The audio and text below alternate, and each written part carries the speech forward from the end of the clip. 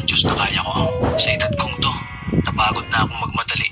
Kaya lahat ng ginagawa ko ngayon, ini-enjoy ko na lang.